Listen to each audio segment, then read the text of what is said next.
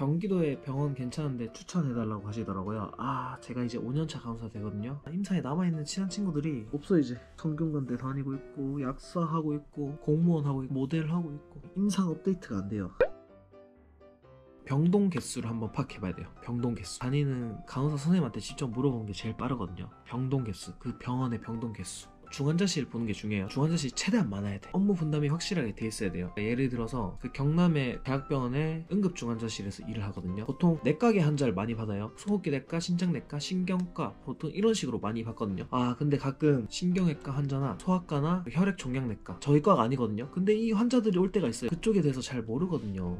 지식도 많이 떨어지고 상대적으로 스트레스를 많이 받죠. 일의 강도도 높아지고 일도 밀릴 수밖에 없어요. 모르는 거니까 우리가. 근데 중환자실 암 환자, 중환자실 있으면 혈액종양내과 환자는 다 글로 가고, NSICU 있으면 신경외과 환자는 다 글로 가고, 소아중환자실 있으면 소아과 환자는 다 글로 가고, 중환자실 개수가 최대한 많아야 된다. 더 많은 데를 가야겠죠, 그죠? 그리고 그 병동도 똑같아요. 그러니까 내과도 내과가 진짜 많잖아요. 심장내과, 호흡기내과, 소화기내과 각자 분담을 할 수 있게 병동 개수가 엄청 많아야 돼요. 알겠죠? 병동 개수를 먼저 봐야 돼요. 그리고 두 번째 봐야 되는 거는 그 부서에 일하는 인원수를 봐야 돼요. 예를 들어 볼게요. 응급중환자실이 2개 있다고 할게요. 근데 A는 일하는 사람들이 20명이고 B는 30명이에요.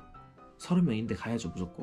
무조건 가야죠. 그 20명 있는 데는 일의 강도가 높을 수밖에 없어요. 중증도 이런 것도 물론 따져야 되긴 하는데 일단 인원수가 많은 데를 가는 게 중요해요. 인원수가 많은데 그 근무하는 인원수, 간호사 수가 많은 데를 가야 돼요. 갑자기 오프가 잘리거나 이런 경우도 별로 없고, 경남 지역 같은 데는 중환자실 간호사 1명당 환자 막 3명 이렇게 보고 하는데 서울은 딱 보면 2명 보거든요. 중증도가 더 높긴 하겠지만 당연히 일의 강도는 낮아질 수밖에 없어요. 확실하게 딱 분담이 돼 있거든요.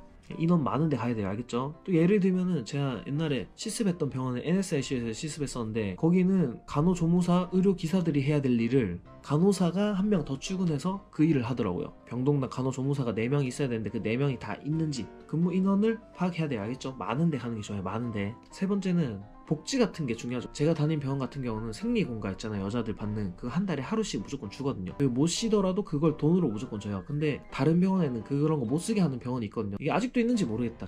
제가 이제 4년 전에 대학병원 알아볼 때는 주는 데가 거의 없었거든요. 지금 솔직히 간호사가 옛날에는 진짜 헬이었는데 지금도 힘들긴 한데 그나마 많이 좋아졌어요. 노동부에서 근로감독도 하고 많이 좋아졌어요. 진짜 많이 개선이 됐어요. 진짜 그런 것들을 다 한번 다니는 사람한테 물어봐야 돼. 내가 알 수가 없어. 이제 마지막 4번째, 병원이 엄청 한갈 때도 있어요. 바쁠 때도 있겠지만 한갈 때가 있어요.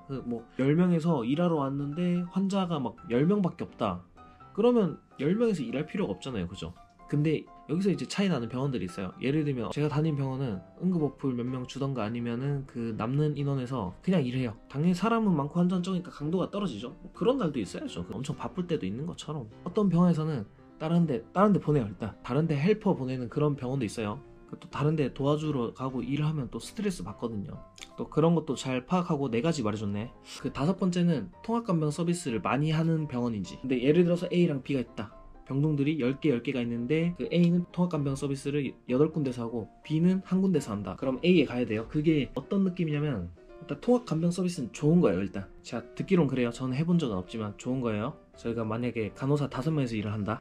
이제 환자 20명 봐야 되는데 통합간병 서비스를 하면은 환자가 이제 절반으로 주는 거예요. 많이 줄어요. 환자가 5명에서 20명 보다가 5명에서 10명을 보는 거예요. 그만큼 이제 보자 없긴 한데 내가 돌봐야 되는 환자 수가 확 줄어요. 일의 강도가 엄청 낮아지겠죠. 어떤 느낌이냐면은 그 병원 입장에서는 돈을 못 벌지만 이제 그거를 이제 보험이나 국가에서 지원을 해줘가지고 그게 딱 메꿔지는 거예요.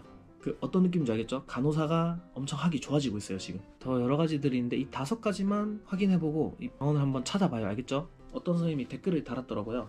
신규 때 진짜 욕 많이 먹고 힘들고 할 거예요 아마. 화이팅!